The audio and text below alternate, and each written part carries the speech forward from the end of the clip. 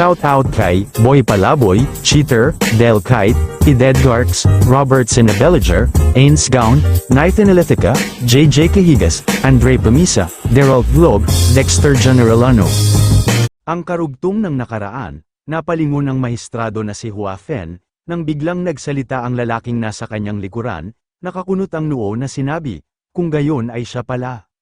Ang nangahas na insultuhan ng klinikang itinatag ko, siya ay si Chancellor of Pei, Jin Gui, at kilala sa pangalan Hanyu. Napatingala sa pagkakayuko ang manggagamot na si Song, gulat, takot at kaba, ang kanyang naramdaman. Agad na pinagpawisan ng dalawa sabay nagbigay galang ito at yumuko. Palihim na sinulyapan ng ating bida ang Chancellor sabay sinabi sa kanyang isipan, teka, sino ba ito?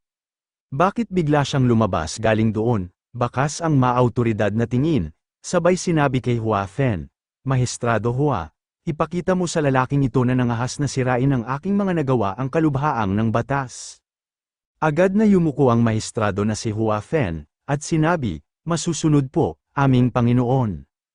Muling sinabi ng Chancellor, malinaw kung tutukuyin ang tama sa mali at sisiguraduhin kung matatanggap niya ang parusang nararapat sa kanya. Napatingin na ng lalaki ang mata na puno ng takot ang manggagamot na si Song. Sabay sinabi, hindi lumipas ang oras, sa lalawigan ng Yuzhou, sa kaharian ng Pei, sa Qiao County, sa tanggapan ng county.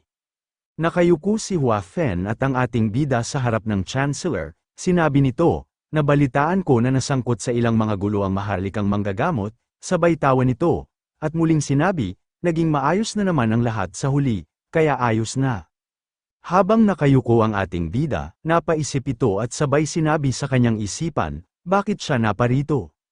At ano ang meron sa kakaibang paraan ng sinasabi niya? Note, ang Chancellor ng isang kaharian ay isang lokal na opisyal na katulad ng isang gobernador. Habang ang isang maharlikang manggagamot ay kabilang sa labas ng korte na humahawak sa mga pambansang tungkulin administratibo, kaya mahirap silang paghambingin. Isipin ng gobernador panlalawigan laban sa senior prosecutor, gayunpaman, ang mga maharlikang manggagamot ay may autoridad na subaybayan at siyasatin ng lahat ng opisyal, kaya kung nais nilang pabagsakin ang isang tao, maaari nilang puntiryahin ang mga gobernador o chancellor. Sinabi muli ng chancellor habang ito ay nakatawa, kung gayon Maestrado Hua, gawin mo ang iyong makakaya sa atin na pag-usapan. Agad tumugon si Hua Fen, at sinabi, susundin ko po ang inyong mga utos kamahalan. Agad na palingon ng ating bida sa kanyang kapatid. Humakbang palayo ang Chancellor matapos ay lumingon ng nakangiti at sinabi, hanggang sa muling pagkikita. Natitigilan na palihim na sumulyap ang ating bida sa Chancellor, sabay sinabi sa kanyang isipan, ano ba? Ang aming napag-usapan, bakit ba masama ang kutob ko tungkol dito? Tumingin ang ating bida kay Hua Fen, at sinabi, bakit naparito ang kanyang kamahalan sa Qiao County? Natitigilan na tumingin sa ibang direksyon si Hua Fen, at sinabi, dahil ang inspektor ng Yuzhou ay nagtitipo ng mga hukbo. Nagulat na natigilan ang ating bida, at sinabi, ano? Matapos ay kumunat ang noo nito, nilagay ang kamay sa ilalim ng chin, sabay pasok sa kanyang isipan si Liu Bei, sabay sinabi sa kanyang isipan, ang inspektor ng Yuzhou ay natitiyak ko na si Liu Bei, ngunit bakit magtitipon siya ng mga hukbo? Tama nga, patay na si Tao Chen at maging si Lu Bu. Note, hinirang ni Tao Chen si Liu Bei, bilang inspektor ng Yuzhou sa sarili niyang autoridad at inilagay ito sa Xiaopei at Yuzhou. At nang palayasin ni Lu Bu si Liu Bei at nanganlong kay Cao Cao, ginawa ni Cao Cao si Liu Bei bilang isang gobernador ng Yuzhou at pinatira ito sa kaharian ng Pei. At kahit papaano, sa ngayon ay walang koneksyon si Liu Bei sa Yuzhou. Malamang ay nagpaplano siyang salakayin ang Zushu. Sabay na pahalakhak ang ating bida, nang pumasok sa kanyang isipan ang mukha ni Liu Bei, na napahawak sa dalawang pisngi na tila bagulat na gulat. Matapos ay humalakhak ito nang naisip niya ang itsura ni Liu Bei, na nagtataka, na sinabi, ano? At habang palakad sila ni Hua Fen, sinabi niya kay Hua Fen, bakit kailangan atakihin ng inspektor ng Yuzhou ang Zushu? At saka, isa pa, paanong ang isang inspektor na kahit ang isang gobernador ay hindi makakapagtipon ng mga sundalo? Humalukip-kip si Hua Fen, at napaisip, sabay sinabi, hindi na gumagana ang mga patakarang iyan sa panahon nito. Note, ang inspektor at walang awtoridad na militar at maaari lamang magtayo ng mga hukbo sa ilalim ng Emergency Imperial Decree. Matapos buhayin muli ni Emperador Ling ang posisyon ng gobernador, ang lokal na sistema ng pamamahala ay nalugmok sa kaguluhan. Sinabi ni Hua Fen, mukhang nakapagdesisyon na si Yuan Shu. Agad na pakunot ang noo ng ating bida, sa sinabi ni Hua Fen, at muling sinabi, at kahit tumakas si Yuan Shu patungong Yanzhou, malakas pa rin ang kanyang impluensya sa Yuzhou, at si Guo Gang, ang inspektor ng Yuzhou, ngunit isa siyang maingat na tao. Ang inspektor ay tila hindi gaanong kakampi ni Yuan Shu, at mas tila isang taong ayaw siyang gawing kaaway. Sabay pasok sa isipan nila ang lalaking nakatalikod na nakatayo ito sa gitna ng nag-aapoy na digmaan. Note, noong 173, natalo si Yuan Shu ni Cao Cao sa Guanting sa Pingguo County, sa kaharian ng Chenliu, ng Yanzhou, at tumakas patungo sa kaharian ng Liang sa hilagang Yuzhou, nang habulin siya ni Cao Cao doon, nakatakas siya patungo sa Zhujiang Commander sa Yanzhou. Si Guo Gang, sa estilo na pangalan at petsa ng kapanganakan, kamatayan ay hindi alam. Noong 174, nang sumama si Zhang Miao, kay Lubo, upang salakayin si Cao Cao. At si Guo Gang, na may kaunting pakikipagkaibigan kay Zhang Mao, ay nanguna sa 10,000 sundalo at dumating sa lungsod ng Jian.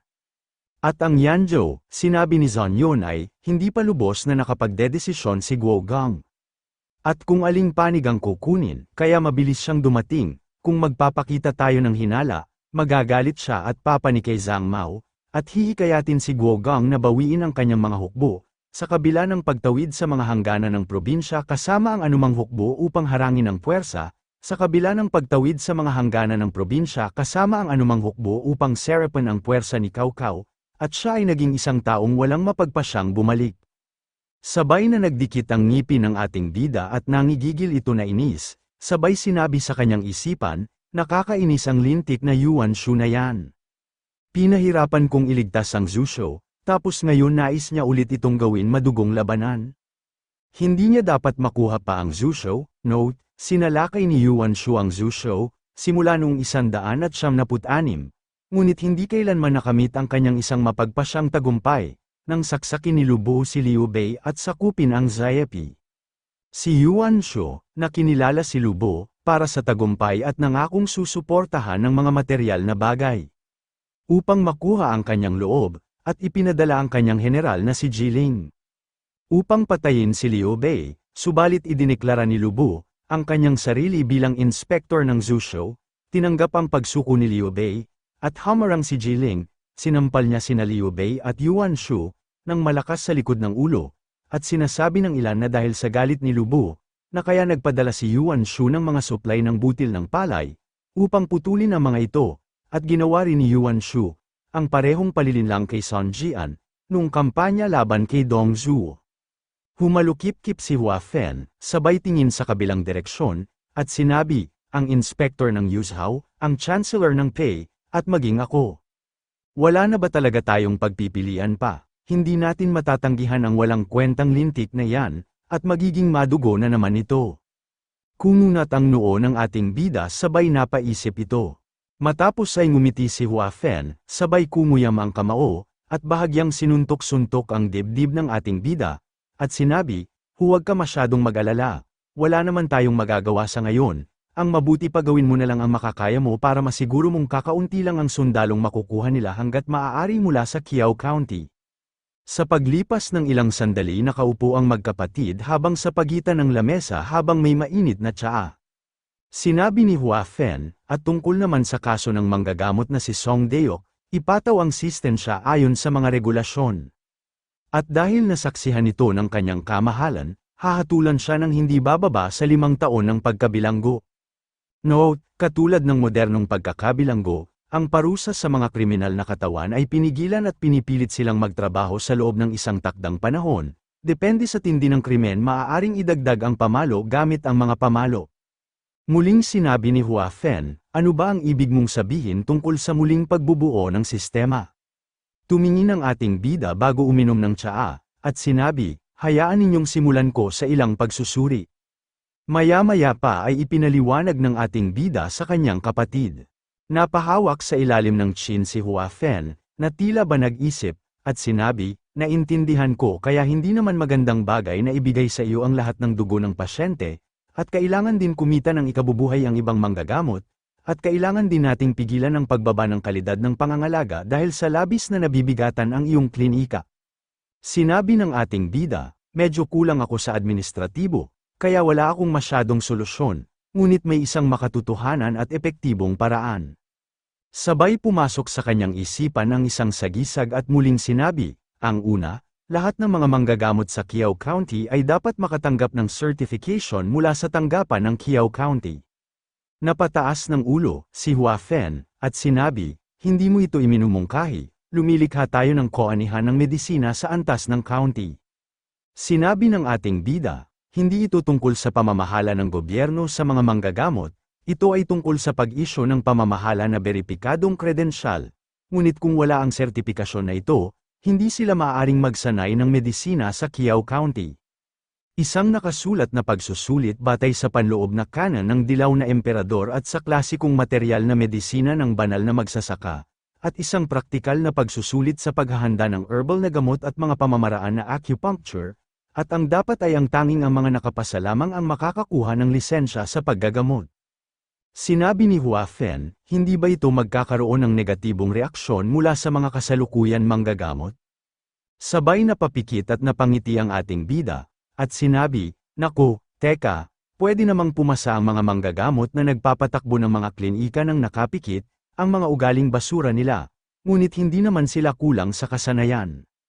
At isa rin itong paraan para salin ng mga hindi kwalipikadong manggagamot, kaya hindi ito dapat maging malaking problema, sabi nga ng biyenan ko at ni Master Bayan, sila na ang gagawa ng mga tanong para sa pagsusulit, at gumawa na sila ng mga tanong na nagkakahalaga ng 20 years. Sabay pasok sa kanilang isipan ang dalawang matanda na kip-kip ang mga nasa talaan. Napapailing na nagulat na sinabi ni Hua Fen, ganito ba kalaki ang pagsisikap na ginagawa ng mga banal na manggagamot ng Chengdo, at ng nangunguna manggagamot ng hukom ng imperyo. Sinabi ng ating bida sabay senyas ng V-sign ang dalawa niyang daliri. Ang pangalawa, kailangan nating magpadala ng mga taong makakapagsuri sa kalubhaan ng mga kondisyon upang suriin ang mga pasyente, at ito talaga ang napakamahalagang bahagi. Ang mga pasyenteng may sipon o maliit na pinsala at ang mga nangangailangan ng kaunting pagpapa-ospital ay unang itinatalaga sa mga klinika para sa kapitbahayan. At kung sakali naman ang mga pasyente na may malalang trauma o ang nangangailangan ng pangmatagalang may sensinang pangangalaga sa manor ng pamilyang Hua. At iyan lang ang paraan para mabuhay tayong dalawa maging ang klinika para sa kapitbahayan. Napabuga ng hangin si Hua Fen, habang bahagyang napakamot sa chin, at sinabi, kailangan nating ng awtoridad ng gobyerno upang mabawasan ang mga reklamo ng mga tao, ngunit hindi ba't mawawala ng saysay ang lahat kung aalis tayo sa Qiao County, hindi ba? Hindi ito kayang hawakan ng isang kahalili, tama ba? Agad bumunghalit ng tawa ang ating bida, sabay sinabi, hoy, kapatid ko, dapat ay managinip ka ng malawak, sa bawat mahistrado ng Qiao County, ay dapat mong hangarin ang pagiging chancellor ng Pei, at pagkatapos ay ilikha ang parehong sistema sa buong kaharian ng Pei. Bahagyang napangiti si Hua Fen, at sinabi, haha, baliw ka.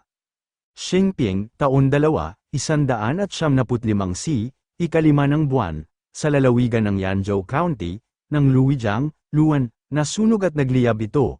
Pagkatapos ng 2 taong pagkubkob, tinalo ni Sun Si, ang administrator ng Luijiang na si Lukang. Napatingala ito sa nagliliyab na apoy matapos makipaglaban, maya-maya pa ay napalingon ito nang biglang may nagsalita mula sa kanyang likuran, sabay sinabi, kung ganito lang ito guguho, bakit mo pa ito pinatagal ng ganito katagal? Sabay humalakhak ito at ibinuka ang 2 braso at muling sinabi, hahaha, tingnan mo nga. At ito ang kapalaran ng mga sumasalungat sa akin. Siya ay si Yuan Shu, kilala rin sa pangalan Ganglo, kapatid sa ama ni Yuan Shao's. Matapos ay humakbang ito na kasabay si Sun Si, at muling sinabi, kung pumayag ka lang sana noong nasinabi kong atakihin ang Zhushou, hindi sana ito nangyari, di ba? Note, hindi nakiisa si Lukang sa pagsulong ni Yuan Shu sa Zhushou. Muling lumingon si Yuan Shu, nang nakangiti at sinabi, "Magaling, General Sun, lagi kitang gagantimpalaan ng maayos." Yumuko si Sun Si, at sinabi, "Salamat po." Muling sinabi ni Yuan Shu, "Maaari ka nang umalis, nais kong lasapin ang maliit na tagumpay na ito." Habang nakayuko si Sun Si, at sinabi, "Masusunod po," sabay lumakad na itong palayo. Nakatawa naman si Yuan Shu, at muling sinabi, "Hindi na masama ang wakas, Lukang." Nagpatuloy sa paglalakad si Sun Si, nang matigilan ito sa kaharap, at sinabi, "Bakit ganyang ang ekspresyon ng mukha ng isang matagumpay na general?" Bahagyang ngumiti ito, at muling sinabi, "Baka makita ka ng mga sundalo, nang sa ganoon ay lumiwanag ka ng kaunti." Siya ay si Zhou Jin, kilala rin sa pangalan Zio, nakatatandang kapatid ni Zhou Liang. Pawisan na sinabi ni Sun Si, nang may katigasan, "Medyo napagod lang ako, dahil sa matagalang na labanan." Sinabi ni Zhou Liang, "Bueno, hindi basta-basta na lang pinipilit ang pamilyang Lu." Note, ang puwersa na angka ng Lu, ay isa sa 4 na dakilang pamilya ng Wu, kasama ang mga pamilyang Zhang, Zhuo, at Gu, isang prestihiyosong sambahayan sa mga makapangyarihang angka ng mga pinuno ng Wu. Ang pamilya ay lubos na hamina mula sa labanan, ngunit si Luzon, ang humawak sa kanilang kwelyo at nagdala sa kanila sa kaluwalhatian, at kalaunan ay naging punong ministro ng Wu. Sabay tapik ng kamay ni Sun Si, sa balikat ni Zhou Jin, at tila ba pagod na sinabi, "Salamat, nagawa ko lamang ito, dahil sa iyong tagapayo na si Zhou, kahit nakakapagod." Sabay nilagpasan ito, at muling sinabi, "Ngunit hindi ba't mas makabubuti ito upang mabigyan ka ng pagkakataon sumulong?" Bahagyang napatingin si Zhou Jin. Note, nangako si Yuan Shu, simula nang ibigay ang posisyon bilang administrador ng Lujiang. At sinabi sa kanyang isipan, "Parang kinakabahan ako." Habang nakatingin sa papalayo na si Sun Si, tumiim ang mata nito sabay pumasok sa kanyang isipan ang nakangisi na si Yuan Shu, at muling sinabi sa kanyang isipan, "Paano ako magtitiwala sa gaaman na lalaking yun?" Note, sa halip, hinirang ni Yuan Shu, si Liu Zhan bilang administrador ng Lujiang. Ito ang pangalawang pagkakataon na sinaksak ni Yuan Shu, si Sun Si, kabilang noon na ipinangako niya ang posisyon sa administrador ng Zhejiang, subalit binawi nito ang kanyang pangako. Makalipas ng 2 araw, Huajiang, Qiao County sa kaharian ng Pei, sa Yuzhou. Sa tahanan ng ating bida, sinabi ng kanyang asawa, "Sa ating bida, mahal, may bisita ka." Tila nagtaka naman ang ating bida sabay sinabi, "Bisita ba kamo? Sino naman kaya ito?" Sabay lumakad patungo sa pintuan, sabay bukas nito. Agad naman sinabi ng kanyang bisita, "Kumusta, parang kailan lang." Ngumiti ito at muling sinabi, "Naging maayos ka ba?" Agad natuwa ang ating bida nang makilala ang lalaki, sabay sabi, "Liang, ikaw nga ba yan?" Agad napakamot sa batok ang ating bida at nakangiti na sinabi, Kasi nagkaroon ako ng seremonya ng pagbibinata, kaya dapat kong Ming na lang ang itawag mo sa akin ngayon." Nakatawa na sinabi ni Liang, "Kahit ano pa ang itawag ko sa'yo, buwisit ka," biro ng lalaking si Liang. Note, noong mga huling araw ng Han, nagkaroon ng kanilang seremonya ng pagtanda, Kapang, noong edad 15 hanggang 20, ang mga babae naman ay nasa edad 15. At sa panahon yun ay natatanggap nila ng estilo ng pagtawag sa isang tao gamit ang kanilang ibinigay na pangalan na mukhang napakabastos. Sinabi ng ating bida, "Kung gayon, ano ba ang dahilan ng pagpunta mo dito?" Agad naman yumuko si Liang, na tila ba inilapag ang daladalang bag. At sinabi, Wala naman at hindi kalakihan." Natitigilan na napatingin ang ating bida sa inilapag ni Liang, sa lamesa. Bagay na pinagtakhan ng ating bida, agad na tumawa si Liang, at sinabi, "Nais kong manatili sa iyo ng ilang araw, ha." Namilog ang mata ng ating bida sabay sinabi, "Ha? Agad-agad?" Muling sinabi ni Liang, "At ayos lang sa iyo, kung may nadagdag pang pakainin di ba?" Bahagyang sumulpot sa likod ni Liang ang isang batang lalaki, kumaway ito at sinabi, Kumusta po?" Siya ay si Zhou Jun, kilala rin sa pangalan Qingmun. Note, si Zhou Jun, ang estilo na pangalan ni Zhou Jun, kadalasan natatabunan siya ng kanyang nakatatandang kapatid na si Zhou Jin ng Wu at ng kanyang nakababatang kapatid na si Zhou Liang, ang unang chancellor na si Shu. Ngumiti ang ating bida at sinabi, sa parte ng iyan ay ayos lang, ngunit, kayong dalawa ba ay? Lumikas, agad na tumugon si Liang at sinabi, oo. Bahagyang natigilan ng ating bida, lumipas ang oras. Nakaupo na ito sa pagitan ng lamesa kasabay ng inumin. Sinabi ni Liang, habang ako ay papunta dito, mukhang aatakihin na ng Yuzhao ang Zhao. Habang nagsaling sa tasa ang inumin ng ating bida, bahagyang napatungo ang ating bida at malungkot nitong sinabi, malamang ay parang ganoon na nga ang mangyayari. Humigop si Liang, ng inumin, matapos ay sinabi, isang lalaki na wala naman talagang kakayahan, bakit ba napakagahaman niya sa isang bagay na hindi niya mang lang matunaw? Sinabi naman ng ating bida, ang dami na niyang pinagdaanan simula pa lang, kaya hindi niya namamalayan na unti-unting napupunit na rin ang bibig niya. Sinabi ni Liang, may nais sana akong itanong sa'yo. Uupo ka na lang ba, at panunuorin ito manggagamot? Humalukip-kip ang ating bida pumikit ito at bahagyang ngumiti at sinabi, nakatutuwa naman ang tanong mo, at sa pagtawag mo sa aking na manggagamot, sa tingin mo ba isa akong Panginoon o pinuno ng digmaan? Sinabi ni Liang, at kung hindi man yun, bahagyang kumunat ang noo nito, at muling sinabi, nag-iisip ka ba ng plano, para sa hinaharap? Note, isang malaking ambisyon, isang malawakang plano.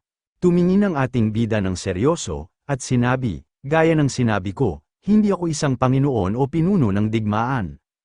Kaya bakit mo ako kinakausap tungkol sa mga malalaking plano? Agad na sumagot si Liang, at sinabi, ikaw ang nagtali kay Cao Cao, para mailigtas ang Zhou, at ikaw din ang nagpayanig sa puso ng hindi makapaniwalang si Liu Bei, at naglatag ng pundasyon para ilayo siya kay Tao Chen. At hindi kayang gawin yan na isang simpleng Panginoon o pinuno ng digmaan, kailangan ng isang katulad mo, na isang manggagamot. Ibinuhos mo ngayon ang iyong sarili at iniligtas ang Zhou, kaya naisip kong may malaki kang iniisip sa pagkakataon nito. Agad nag-react ang ating bida ng pagtanggi, tila balibo-libong karayom ang tumutusok sa kanya, nasukol ito at hindi niya masabi kay Liang. Ang totoo na siya ang utak ng lahat na siya ay nanggaling sa hinaharap. Muling uminom si Liang at sinabi, nakakahiya talaga, kapag sumiklab ang digmaan, kahit sino ang manalo, palaging may magdurusa. At mas masakit pa dahil ang lugar na iyon ang aking tahanan, ang Zhou. Napalunok ng palihim ang ating bida, sabay sinabi sa kanyang isipan, paano na lamang ng lintik na batang ito ang lahat ng yon? Muling sinabi ni Liang, at kailangan kong iulat ang mga galaw mo sa kapatid ko. Natigilan ang ating bida sa pag-inom, sabay sinabi, kapatid mo. Ang ibig mong sabihin kapatid mo si Ziyu? Muling sinabi ni Liang, ipapanggap ko na aatakihin ng mga sundalo ni Sun Si, ang Zhou. Agad na pabuga, ang ininom ng ating bida, sa kanyang bibig. Agarang niya itong pinunasan ng kanyang kamay at tumingin kay Liang, at sinabi, sumali na ba si Ziyu sa hukbo ni na Sun Si? Sinabi ni Liang, halos isang taon na ang nakalipas, pumunta siya patimog, pagkamatay ni Tao Chen, malamang sa ngayon ay nabihag na niya si Lu Jiang. Note, tumakas si Zhou Jin, patungo sa Yangzhou sa teritoryo ng Wu, upang takasan ang Nuan. Ang masakar ni Cao Cao, sa Zhou ay inirekomenda ng bayaw ni Sun Chen, at pumasok sa serbisyo ni Sun Quan's. Napatingin ang ating bida kay Liang, habang nagpupunas ng bibig at sinabi, ipapatawag mo si Sun Si, para magpanggap na aatakihin niya ang Zhou. Kung mangyayari yun, kailangan hatiin ng Zhou ang mga depensa nito, at hindi nito mahahadlangan ang atake na nagmumula sa Yuzhao. Bahagyang umiling si Liang, pumikit ito at ngumiti, sabay sinabi, tungkol naman dyan ay. Sabay tumawa ito at sinabi, hindi na masaya, kung sasabihin ko na sayo ng maaga, di ba? Hahaha, tila naman napiken ng ating bida, at pasigan itong sinabi, hoy, ikaw lintik kang bata ka. Hindi pinansin ni Liang, ang inis ng ating bida at muling sinabi nito, ngayon, manggagamot, makekay alam ka ba? Inis na pasigaw na sinabi ng ating bida kay Liang, makekay alam na sinasabi mo, paano? At ano naman pakialam ng isang manggagamot sa pagkamatay ng mga tao? Ang layunin ko ay magligtas ng kahit isa pang buhay, hindi ang kunin ang mga ito. Sinabi ni Liang, hindi mo mapipigilan ang isang digmaan dahil maraming tao ang mamamatay. Namilog ang mata ng ating bida, muling sinabi ni Liang, subalit ang pagliligtas ng kahit isa pang tao, ay hindi lang isang manggagamot ang makakagawa. Sabay tumayo ito, hudyat na tinatapos na ang kanilang usapan, inalapat nito ang kanyang dalawang kamay sa lamesa at sinabi, kahit sundalo lamang, stratehiya, o Panginoon, ang mahalaga ay may isang taong nagsisikap magligtas ng pinakamaraming buhay hanggat maaari.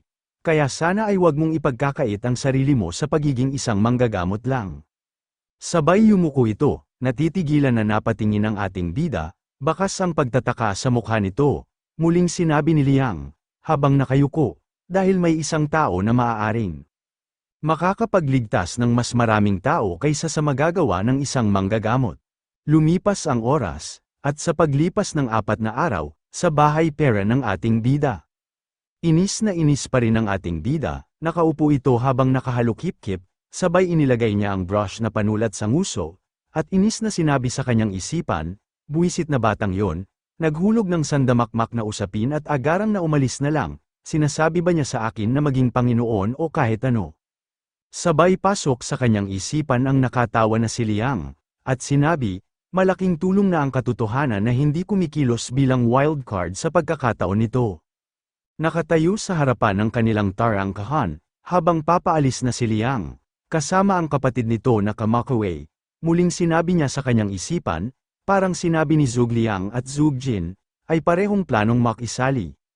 Muling ngumisi ito habang nandoon pa rin ang brush na panulat, pumikit ito at napaisip, at muling sinabi, tama, sa pagkakataon na ito, mas mabuti kung hindi ko na lang ihahawak ang mga kamay ko, dahil si Yuan Shu, ang sentro ng mga bagay-bagay, at wala na akong magagawa pa.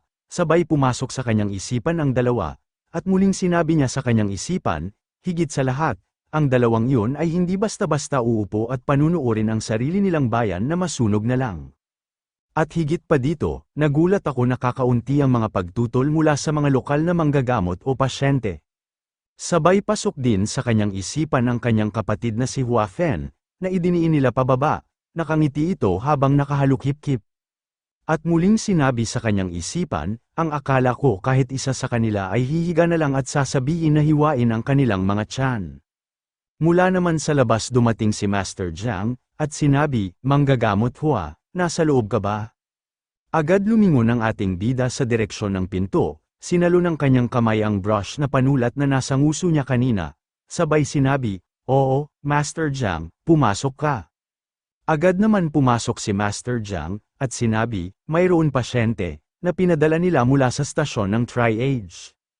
Sinabi ng ating bida, ganoon ba, maghahanda na ako at aalis na tayo kaagad. At habang naglalakad sila palabas, sinabi ni Master Jiang, habang ang kamay ay nasa ilalim ng chin, ang pangunahing sintomas ay pagduduwal na may kasamang pagsusuka at pagtatae. Sinabi ng ating bida, parang may kakaiba. Nagpatuloy sila sa paglalakad, papunta sa klinika, nang muling sinabi ni Master Jiang, siya ay nagmula sa Zhuzhou. Sinabi ng ating bida, medyo malayo na yun. Malapit na sila sa klinika, nang muling sinabi ni Master Jiang, ang sabi niya, wala pang nakakagamot sa sakit niya. Hinawi ng ating bida ang pintuan ng klinika, na tila ba may pagtataka na sinabi, Wuwu, BNA, nasaan ba ang pasyente? Nakatawa si Wuwo at si Biena, at sabay na sinabi, natapos na namin ang paggamit ng mga tanong mo. Napangiti ang ating bida, sabay sinabi sa kanyang isipan, marahil ay dahil sa kakaunti ang mga pasyente, mukhang ayos naman ang mga bata. Matapos ay humarap ito sa pasyente na sinabi ni Master Jiang, at sinabi, ako nga pala si Hua Fu, ang sabi mo, naparito ka dahil sumakit ang tiyan mo. Agad sumagot ang lalaki at sinabi, opo manggagamot. Sinabi ng ating bida, maaari ko bang makuha ang iyong pangalan? Sinabi ng lalaki na tila ba nag-alangan pa, ako ay, ang angkang ng pamilya ko ay Jin, at ang apelyido ko ay Deng, at kilala ako sa pangalan na Yuan Long. Bumakas ang pagtataka sa mukha ng ating bida, sabay sinabi sa kanyang isipan, kung gayon, siya ay si Jin Deng, ng Jin Yuan Long. Matapos ay namilog ang mata nito sa pagkagulat, at muling sinabi, kung gayon siya ay, ang anak ng Chancellor ng Pei, na si Jin Gui. Napatingin ang ating bida sa lalaking pasyente, Sabay sinabi sa kanyang isipan, siya si Jindeng, si Jin Yuanlong. Nang laki ang kanyang mata sa pagkabigla at muling sinabi sa kanyang isipan, ang anak ng Chancellor ng Pei, na si Jin Gui. Sinabi ng ating bida sa lalaki na si Jin Yuanlong, nga pala, kung bibigyan mo ako ng pagkakataon, maaari ko bang malaman ang pangalan ng iyong kagalang-galang na ama? Agad na tumugon ang lalaki, at sinabi, haha, ngayon ay alam mo na, siya ay si Jin Hanyu. Nagtataka naman na natitigilan si Master Jiang, maging si Wuo, at si Bian A. Muling sinabi ng ating bida sa kanyang isipan, siya nga talaga ang anak ng Chancellor ng Pei. Hindi ko inakalang magkikita tayo sa ganitong sitwasyon. Note, minsan nang nagpagamot si Jindeng kay Huatuo, na nagsabing babalik ang sakit sa loob ng 3 taon at sinabihan siyang maghanap ng ibang bihasang manggagamot, subalit sa katotohanan, bumalik ang sakit pagkalipas ng 3 taon, ngunit ng panahon yun, pinatay na si Huatuo ni Cao Cao, at si Jindeng, ay namatay ng bata sa edad na 38, sa aklat ng Huling Han, Talambuhay ni Huatuo.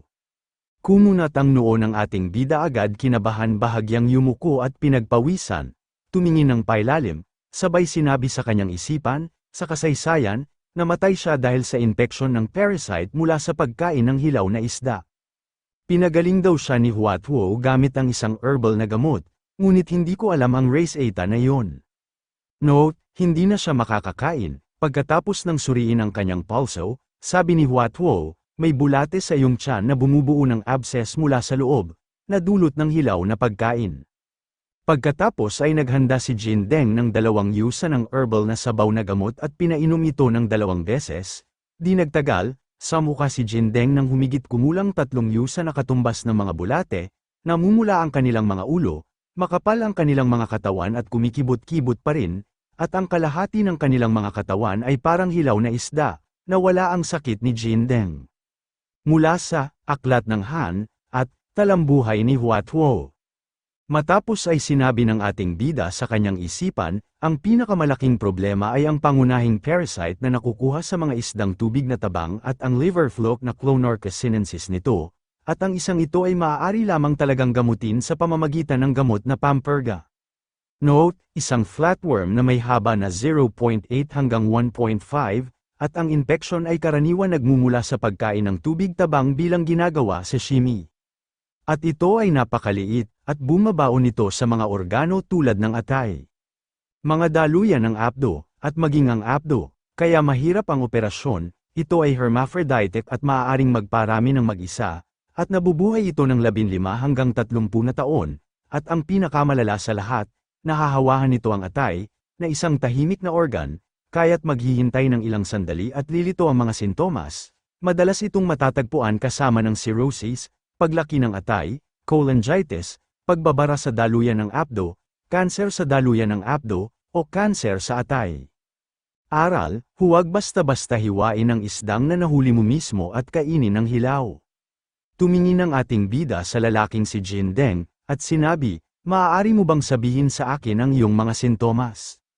Sabay sinabi sa kanyang isipan, malaki ang posibilidad na ito ay clonarchiasis, infection sa liver flukes.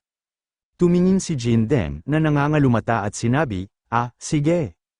Kumuha ang ating bida ng sulatan at brush na panulat, at kahit hindi pa nasisimulang sabihin ni Jindeng, ay agad nagsusulat na ang ating bida, sabay sinabi niya sa kanyang isipan, pananakit sa itaas na bahagi ng tiyan, lagnat, pagkapagod, paninilaw ng balat, kawalan ng gana sa pagkain, pagduduwal, hindi natutunawan ng pagkain, pagtatae. Sabay sinabi naman ni Jindeng, nagsusuka at nagtatae ako dahil sa pagduduwal, at parang pinipiga ang tiyan ko, minsan naman ay parang tinutusok ng mga karayom. Natigilan ang ating bida, maging ang kanyang pagsusulat, sabay sinabi sa kanyang isipan, ha? At muling sinabi sa kaharap, masakit ang tiyan mo na parang pinipilipit. Hindi sa kanang bahagi ng dibdib mo, sinabi ni Jindeng, masakit ng husto ang tiyan ko. Ngunit ayos lang naman sa pakiramdam ang mga bahaging nabanggit mo. Note, mga karaniwang lugar para sa pamamaga ng daluyan ng apdo, o atay. Nagtataka na sinabi ng ating bida, ngunit, bakit? Nagtataka na sinabi ni Jindeng, paumanhin anong. Muling sinabi ng ating bida, Karaniwan ba sa'yo, ang hilig mo sa pagkain ng hilaw na isda? Napamulat ang mata na nagtataka si Jingdeng, sabay sinabi, paano mo ito nalaman? Nagpatuloy sa pagsusulat ang ating bida kumunat ang noo nito at bahagyang inis na sinabi, hindi ka dapat kumakain ng hilaw na isda na mula sa tubig tabang. Ngunit sinabi ni Jingdeng, hindi pa po ako nakakain ng isda na mula sa tubig tabang, manggagamot. At noong nakaraang taon sa Song County, noong ginagamot mo ang mga karaniwan tao doon, paulit-ulit mong binabalaan ang lahat na huwag kumain ng hilaw na isdang tubig tabang.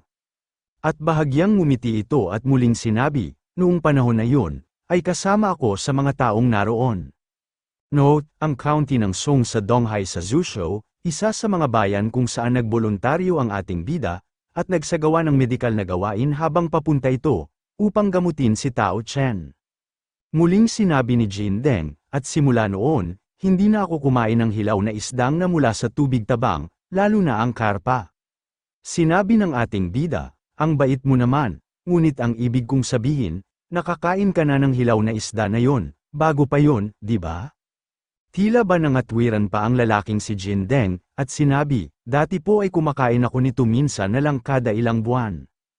Agad na pinairal ng ating bida ang kanyang clairvoyance, lumiwanag ang X-ray vision ng mata nito, at sabay sinabi sa kanyang isipan, kung sakali, matignan nga. Sabay nakita nito ang atay ni Jingdeng, at sinabi niya sa kanyang isipan, mabuti naman, walang senyales ng cirrhosis, at mukhang malinis din ang gallbladder, kung gayon, tingnan naman natin ang tiyan niya.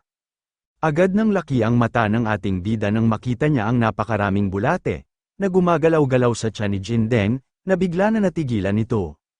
Matapos ay napahawak sa tiyan si Jingdeng, pinagpawisan nito na tila ba namilipit, at sinabi, 4 na araw na ang nakalipas, kumain ako ng sashimi sa Yomdek, at nagsimula ang sakit pagkalipas ng 1 o 2 oras, agad akong sumakay sa isang mabilis na kabayo, papunta dito, ngunit lalo lang lumalala ang sakit.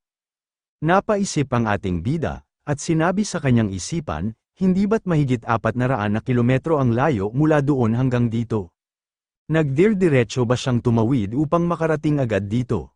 Note, sa county ng Yomdek sa nasasakupan ng Guangling sa Zhuzhou, si Jingdeng, ay kasalukuyan mahistrado ng county ng Dunyang sa parehong commander, isang maliit na county na may 10,000 pabahay.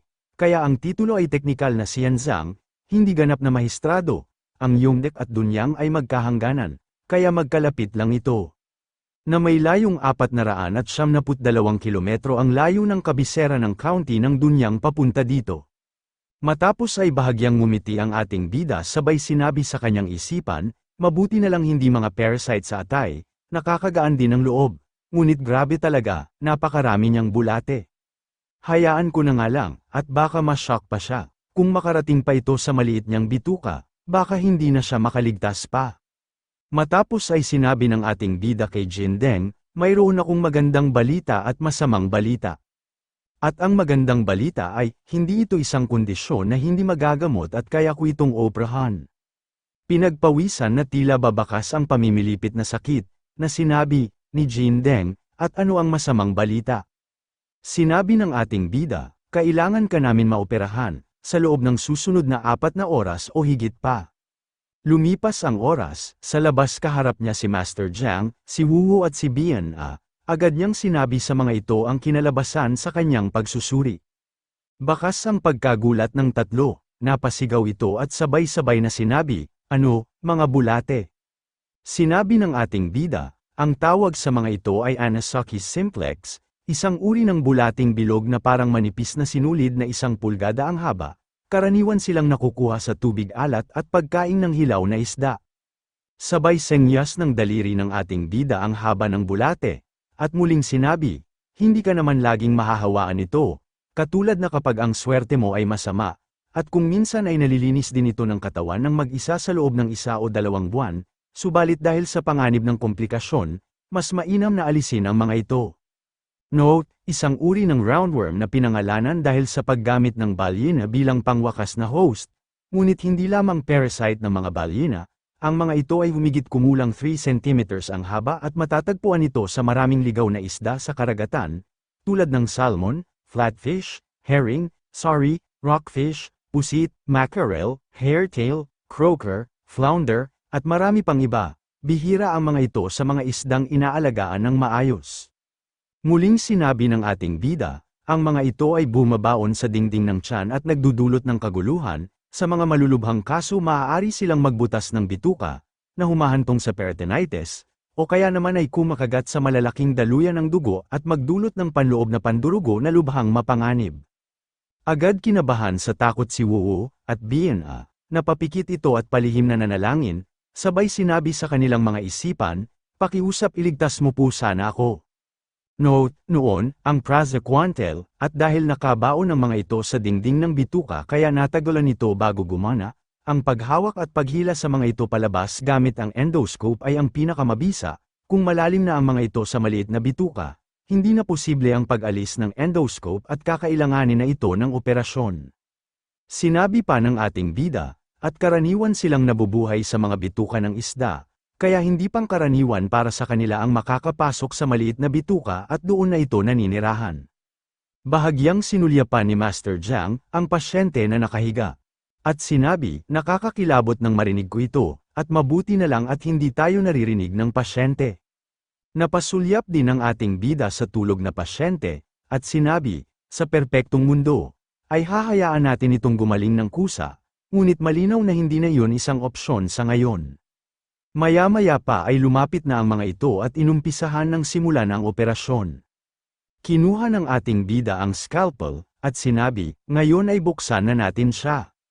Muling sinabi ng ating bida sa dalawa niyang disipulo habang hawak ang mga tools, iurong ang omentum at hiwain ang tiyan.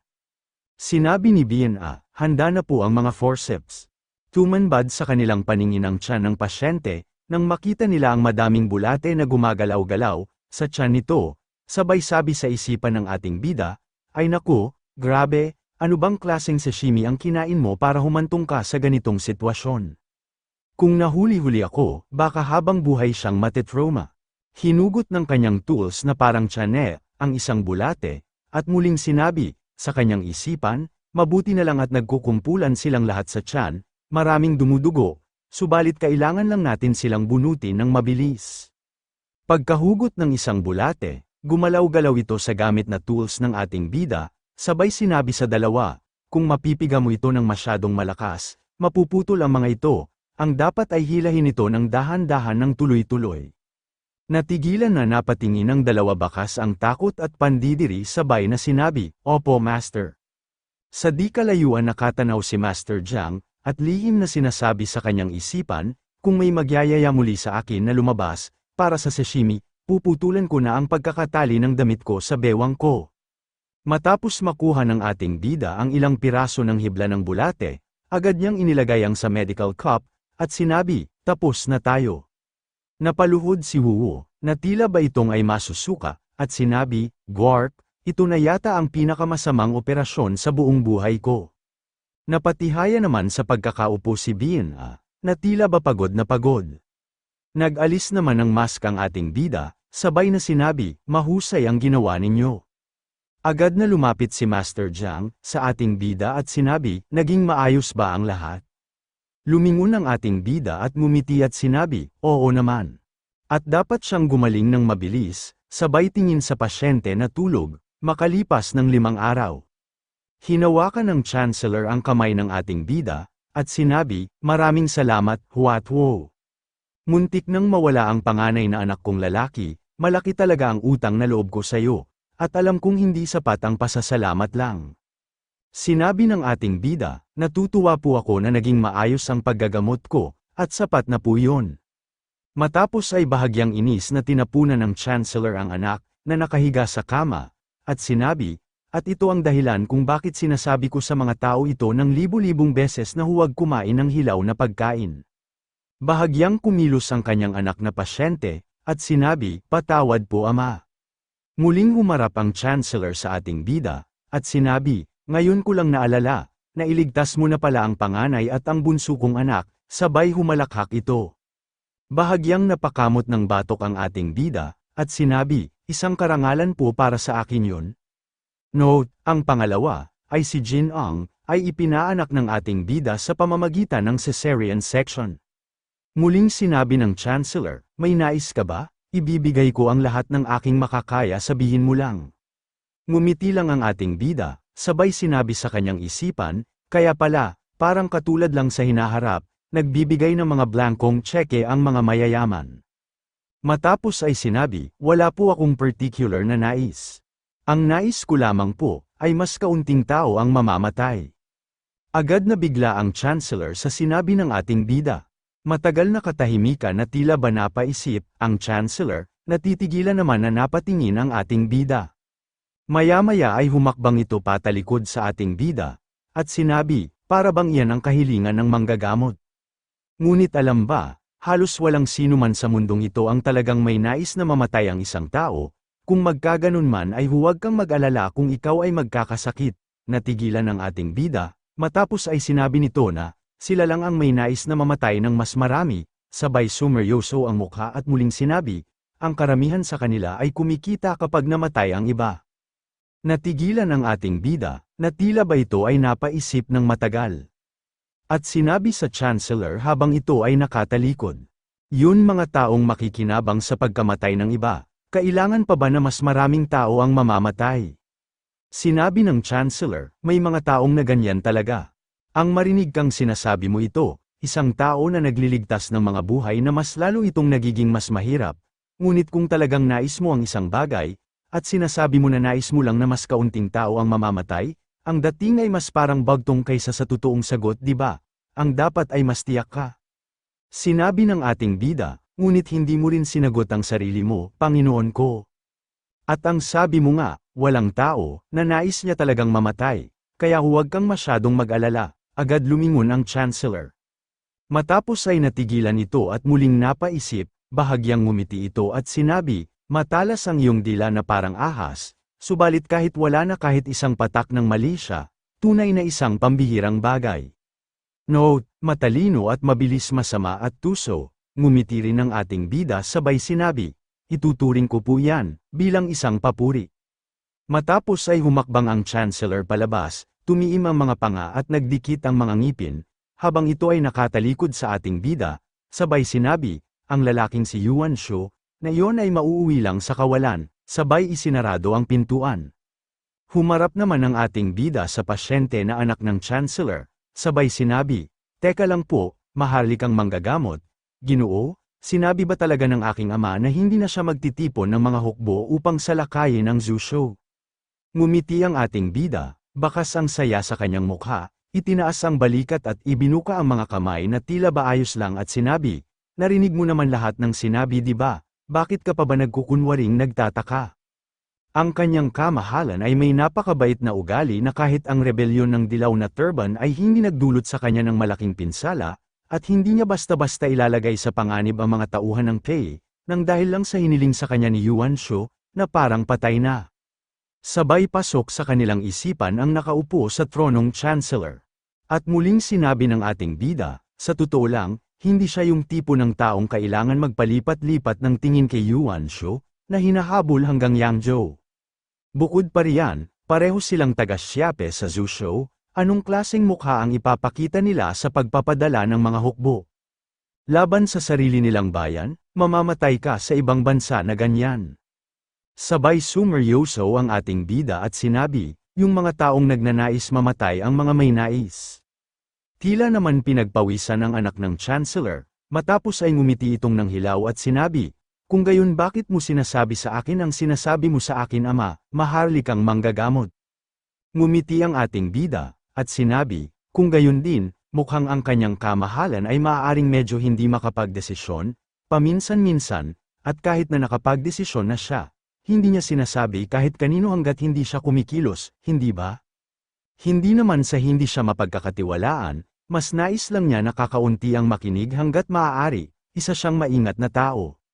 Nakatanggap ka ng selyo ng kumpirmasyon, sabay humalukip-kip at tumawa. Napatingin ang pasyente na si Jin Deng, at sinabi sa kanyang isipan, maaari sanang maging isang napakahusay na manghuhula ang lalaking ito at umunlad.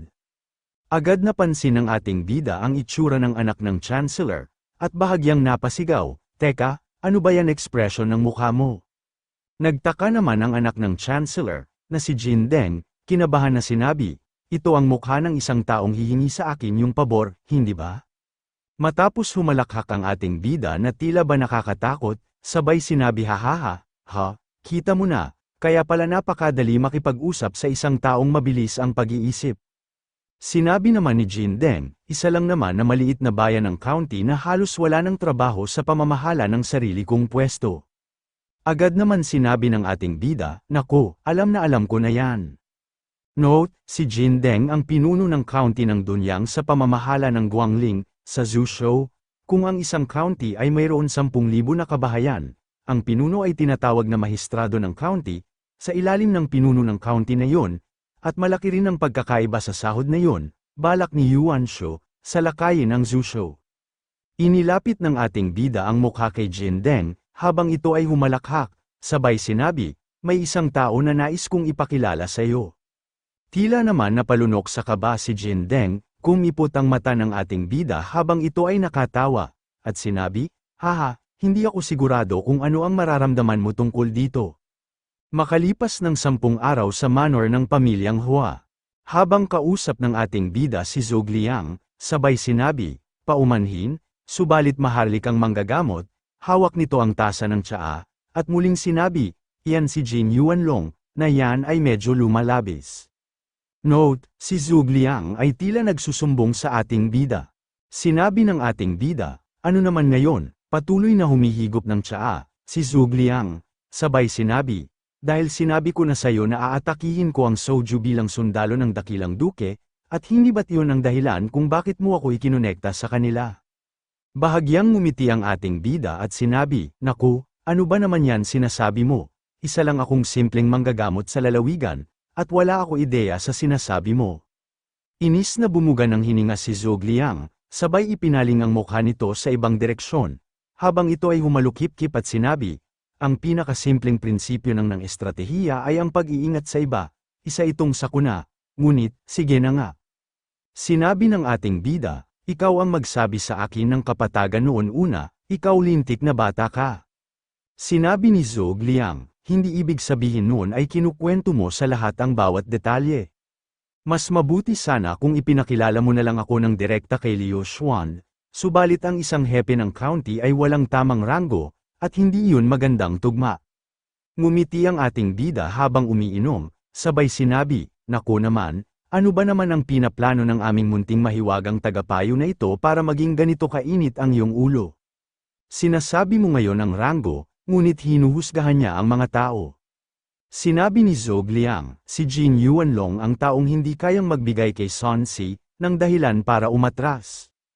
Nagtataka na napatingin ang ating bida at sinabi, isang dahilan ba kamo?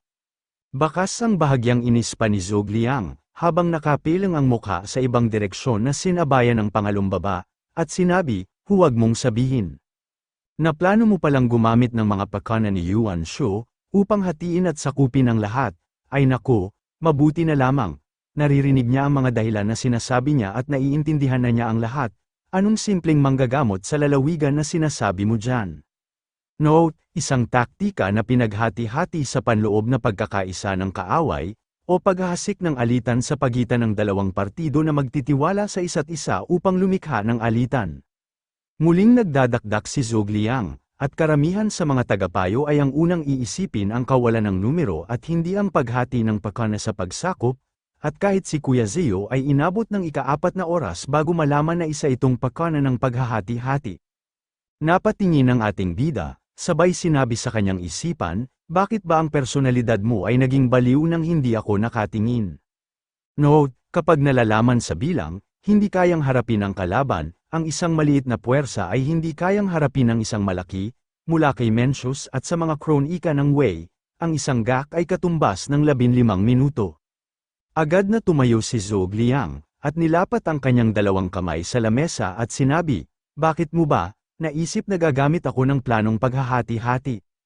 Sinabi ng ating bida, ang Luijiang, ang posisyon ng administrador.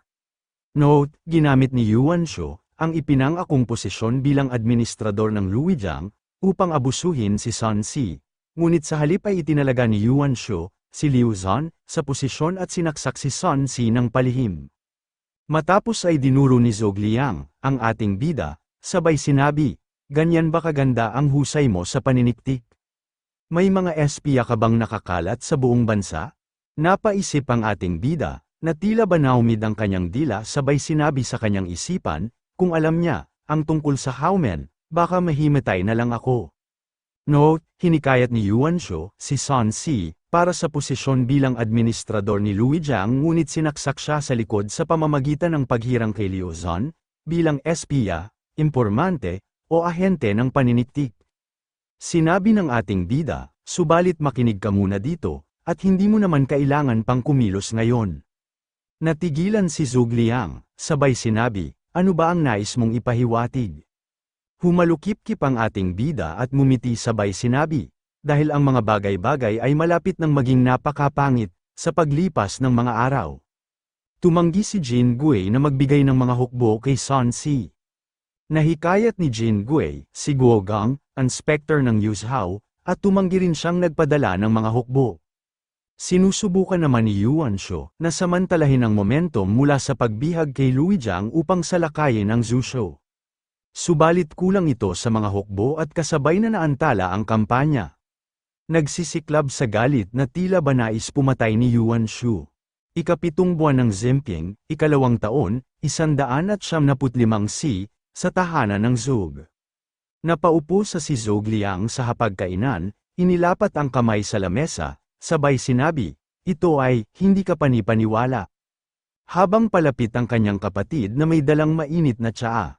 Tila ba napapailing na muling sinabi ni Zhogliang, gaya ng sinabi sa akin ng isang tao, talagang naging napakapangit ng mga bagay-bagay, at sa labas. Gabi, si Emperador Xian, na binihag ni Li Ju at Guo Si, ay nakatakas mula sa Shangan. Sinabi naman ng kapatid ni Zhogliang, habang may dala ito isang pitsyel ng tsaa, at 2 tasa. Sabay sinabi, nagulat din ako, at nakahinga ako ng maluwag na nakatakas siya mula sa mga lobong iyon, ngunit sana lang ay manatili siyang ligtas. Matapos mailapag ang 2 tasa, napatingin ang kanyang kapatid na tila ba napaisip, at sinabi, huwag mong sabihin na iniisip mo ang sinabi ng maharlikang manggagamot kanina. Sinabi ni Zhogliang, sa makatuwirang pagsasalita, walang saysay na tumakas ang emperador, at hindi mo ito direktang sinabi, at sinabi mo lang na magiging napakasama ng sitwasyon. Ngunit ang naging resulta ay isang sitwasyon na nabuo kung saan, na hindi ko na kailangang kumilos kaagad, at iyan ang katotohanan. Sinabi ng kanyang kapatid, kaya, hindi ba dapat ko nalang pagdugtungin ang mga tuldok? Bumakas ang inis sa mukha ni Zhogliang, at sinabi, para malabo itong pakinggan na sinasabi ng mga manghuhula, ngunit lahat ng bagay ay nagkatotoo, kaya medyo nakakabahala ito. Kailangan kong humanap ng ibang paraan para mahiwalay ang kapatid ko kay Yuan Shu, sa sakit na ulo na yan. Subalit wala pa talagang masasandalan ang tiyuhin mo, maliban sa kalye ng demonyo. Kuya, alam mo naman na higit kan inuman na hindi darating sa mabuting wakas ang lalaking yon. Agad na sumagot ang kapatid ni Zhogliang, at sinabi, ano ba ang magagawa natin? Wala pa tayo sa tamang posisyon, kaya kailangan lang natin itong tiisin. Note, si Yuan Shu, ay isang demonyong panggabi sa kalye, ang palayaw na nakuha niya noon ng kanyang kabataan nang ituring niya ang kanyang sarili bilang isang palaboy na eskrimador at kumilos ng mas marahas sa mga lansangan, kaya naman nakuha niya ang pangalan mabangis na multo sa kalye, at syempre ang kanyang pinakasikat na palayaw ay emperador ng tubig ng pulot. Ibinuka ni Zhogliang, ang kanyang 2 kamay, at sinabi, kaya nga paulit-ulit ko siyang sinasabihan na pumili ng isang Panginoon na matatag na. Sinabi ng kanyang kapatid, ngunit may kasiyahan, sa pagbuo ng isang bagay mula pa sa simula, hindi ba? Sinabi naman ni Zhogliang, nakatulog na kami ng mga oras na ito, ngunit tiyak na tututukan niya ulit ang Zhushou, at hindi natin maaring hayaan na mangyari iyon. Salamat sa maharlikang manggagamot na nagbabantay kay Cao Cao, kaya tayo nakaligtas, at kung sasalakayin ito ni Yuan Shu, ang pinsala ay hindi masasabi. Sinabi ng kanyang kapatid, ngunit wala talagang malinis na solusyon para dun. At kahit sino sa ibang mga kawal ay maabala sa pagtatangkang makuha ang kamay ng emperador, ngunit hawak ng lalaking iyon ang selyo ng imperyo, kaya hindi siya kikilos ng pagpapabeya. Kumunat ang noo ni Zhogliang, at sinabi, ang selyo ng imperial na yon, ay kinumpirma mismo ito ng kapatid niya, hindi ba? Sinabi ng kanyang kuya, ang dami na niyang ipinagmamalaki, paano may hindi makakaalam? At talagang naman selyo yun ng imperyo ng kaharian. Note, ang aklat ng Wu, at sa talaan ng duke ng Shanyang, kinuha ni Yuan Shu, ang selyo sa Luoyang, sa aklat ng Huling Han, kinuha ni Yuan Shu, ang selyo mula sa ina ni Sun Si, at sa romansa ng tatlong kaharian at tungkol sa tatlong kaharian, sa payo ni Zhou Yu, inalok ni Sun Si ang selyo kay Yuan Shu.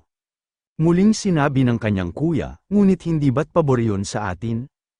Nasa kamay na niya ito, subalit pag-aari pa rin ito ng emperador.